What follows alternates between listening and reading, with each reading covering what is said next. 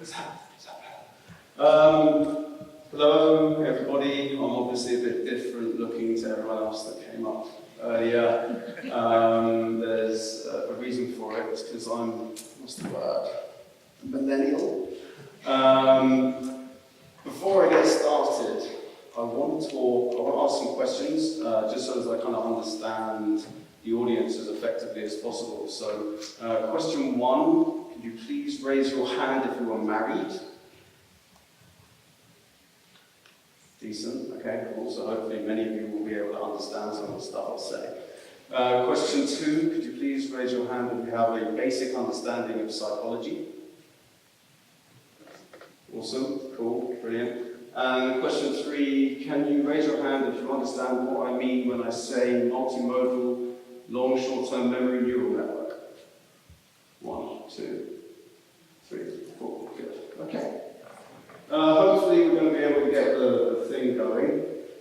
But the idea of my talk today is to kind of give you a bit of a background on how we might be able to use technology to understand ourselves at a very, very deep level. I'm always interested by this statement about data is the new oil. And for some reason in HR and in recruitment, we've always felt that it's a human thing. It's a human interaction thing, so we don't necessarily need as much data because we've just got to feel it. And I will try to challenge that as much as possible.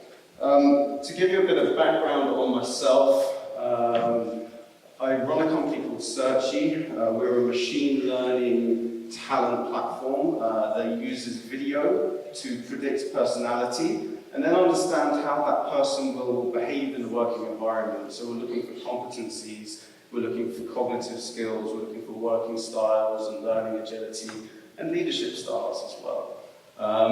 I was recently in Jordan for the World Economic Forum, as we were identified by the World Economic Forum as being one of the 10 startups shaping the future of the Arab world in the fourth industrial revolution. And I have been working very closely with my dear team who are here today on developing this technology. I'm not really the salesperson, so if you have any questions afterwards on the tech, I'd be more than happy to answer them. Alternatively, there are individuals dotted around who can help to describe more about the applications for your company. I promise not to do any more sales. So I was saying earlier about data being described as the new oil, the most important commodity of the 21st century, and I've always been curious about why we don't use it more in recruitment, and I think it's because it's been so expensive.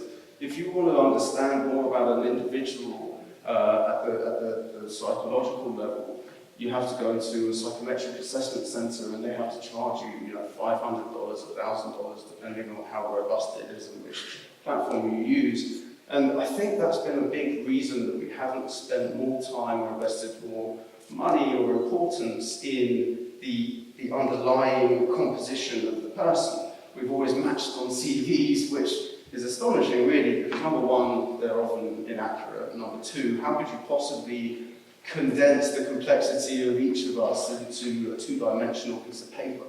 And I kind of think that there's a way now that hasn't existed previously to get that and commoditize that psychometric information.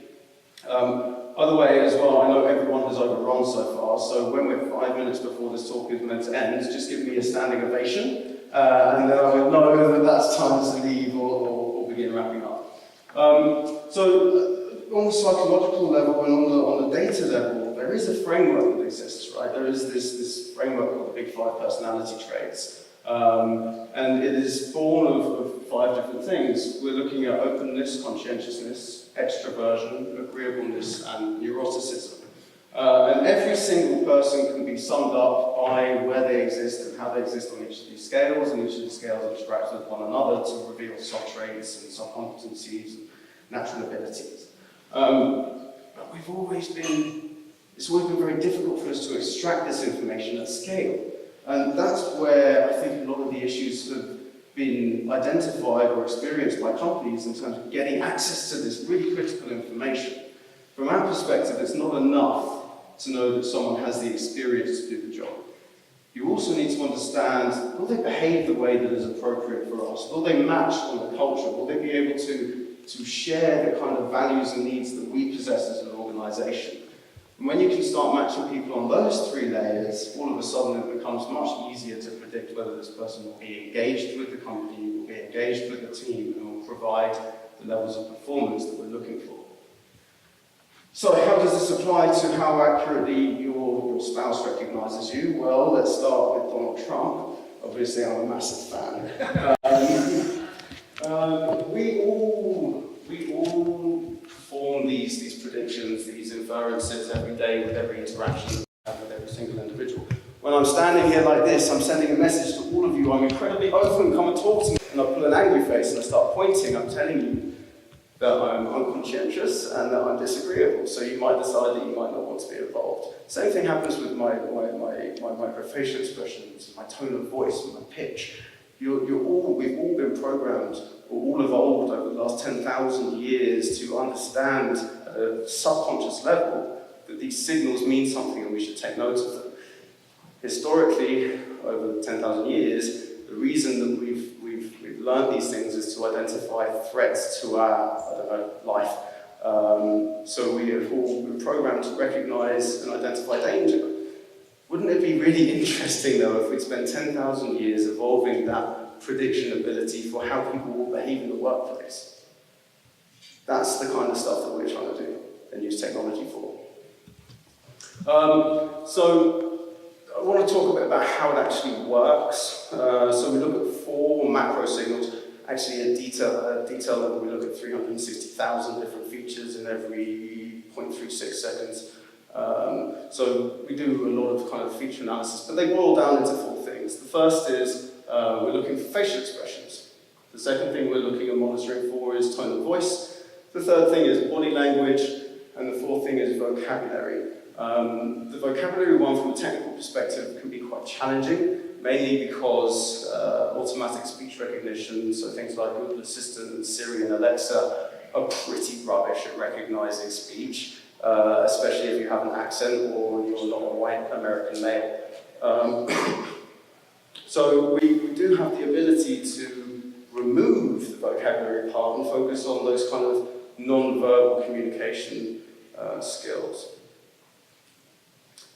So the title of the talk is how a machine can predict your personality better than your spouse. All the men in the room should be very worried. But I want to play a quick game of who knows you better. I've got 6 different categories of thing here. We've got co-workers, does this work? Yeah? We've got co-workers, families, friends, recruiters, husbands and wives, and then a machine. Which of these do you think is the least effective at identifying personality or being able to predict your personality? Any ideas? Family. Yeah? Yeah? It looks like this. And it shouldn't really be a surprise. Recruiters, I'm not saying that recruiters are bad at recognizing people. I'm saying that 5 minutes on the phone is not enough time to understand the intricacies of that individual. Work colleagues are slightly better, but at the same time, when you're in the working environment, you behave in a way which, I hope, you behave in a way which is more appropriate for the working environment. So you present a different image of yourself. Friends are typically kind of 50% accurate at predicting your personality. Family members are about 55% accurate, 56% accurate. And then husbands and wives. How accurate, the married people in the room, how well do you think you know the personality of your partner? Very well? As a percentage, you reckon what, like 80%, 90%? Yeah? Okay, all of the research suggests that the average spouse is about 70% accurate at predicting their partner's personality. The machines, on the other hand, are 91% accurate. Our machine specifically is 91% accurate at being able to predict personality based on a video. How does it work? I want to give you a quick overview of some of the sciencey AI stuff. I will be sparing. So the first thing is to understand that this is kind of emulating what we do in the human brain. We use these different signals that I spoke about earlier, but unfortunately we're not currently capable of doing it the way the brain does it. The brain uses a process called deep learning, so it's able to take all of these things in one go and then just go, and I understand everything. The way that the machines do it, or the way that we do it at the moment, is we have to pre-process each piece of the puzzle. We have to pre-process the tone of voice, we have to pre-process the body language, we have to pre-process the microfacial expressions, then we have to feed it into something else. And when I talk about this a lot, some of the stuff that I get is, well, how can the machine do that? Well, it does it in the same way that we do it. I've got just a couple of examples here of body language of people who are introverted and extroverted, so opposite ends of the spectrum, the extroversion spectrum. You can see here the introverts, they tend to move around and fidget quite a lot, while the extroverts, they tend to stay relatively still and maintain eye contact because they have that level of confidence. Once we've pre-processed all of that information, we then take it all and we run it through a special kind of neural network called an LSTM, or a long short-term memory neural network. And that's where all the prediction stuff gets done. So there's the kind of overview of how it works. I hope that wasn't too taxing. I want to kind of explain how you might be able to use this and what a recruitment application might look like. And I've used something that I'm familiar with because I'm familiar with it. So a question might be, an important question for a recruiter might be, am I naturally, or is the candidate naturally good at doing these things? Is it something that aligns with them at a natural level, or do they have to force it? So being able to understand if someone is naturally competent on presenting, or they naturally align with persuasion, or detail orientation, or technical flair, or entrepreneurial spirit, understanding those things, and integrity as well. Someone mentioned integrity earlier. We also can predict integrity, which should be of massive interest to the ladies in the audience. So the idea being that if you can understand at a fundamental level whether someone naturally really enjoys doing something, that's incredibly powerful and that's incredibly valuable, because the level of engagement will increase. They're doing something that they naturally love doing, which means that productivity should be better, which means retention should be better, which means that everyone should be much happier, which hopefully, as I was discussing earlier with some of the guys in the back about Maslow's hierarchy of needs, hopefully at a philosophical level that can move everyone from the esteem layer through to the self-actualization layer, and then it's not too much of a stretch to move to self-transcendence and make the world a better place. Sorry for getting philosophical. So that's kind of one idea about how you might be able to use this kind of an insight. The next thing is understanding whether a candidate shares the same kind of cultural values and needs as the business. So if you, which I'm sure everyone in the room already knows this, if you already understand the cultural values of the organisation, of your organisation, that's brilliant. You've got something to aim for. But how do you know if, where's Anas? He's somewhere here. How do you know if Anas shares those same cultural values? And how important is it to understand that? What can you do with that person once you understand that they share the same values and needs as you as an organisation? Again, it leads to this engagement piece. It leads to a stage or an experience which for everybody should be advantageous. It doesn't always say nice things. Sometimes it might tell you, for example, that Harvey is not likely to focus on details, which I'm definitely guilty of. It might also say that Harvey is not likely to follow rules, and it might also say that likely to be flexible with deadlines, as in I might miss deadlines. So it gives you a very unbiased, very rational, very prejudice-free overview of the individual without it leaning towards any of the kind of biases which we might experience as typical human beings. You know, it's impossible for any of us to sit here and suggest that we don't have any prejudices and we don't have any biases. Just the fact that we're speaking the same language and having the same conversation and being able to communicate with each other on the same level is already a bias, because automatically you guys begin to believe that we're affiliated and we're from the same tribe. Similarly, I'm the only person in the room wearing a hat, which makes me the only person that might not belong here, but Obviously, we're kind of transcending that idea, so no one thinks like that, I hope. But it does also say some nice stuff.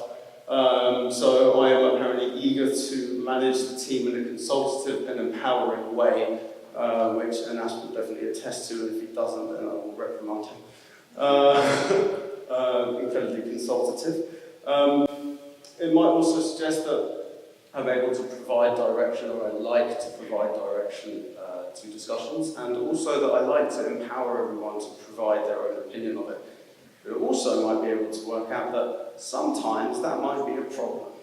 Sometimes I might put too much emphasis on giving people a voice in the conversation, and it might mean that that reduces the speed of progress towards an objective. The point being with all of this, and I'm kind of good for time, I think. The point being with all of this, that people are incredibly complicated. And we're now at a stage, we're at a time in the technological developments where we can really begin to scale our understanding of individuals at an individual level without it becoming too expensive, without it becoming cost averse, and allows us to get to a place where we should really fundamentally be able to provide people with jobs which they truly love and truly enjoy.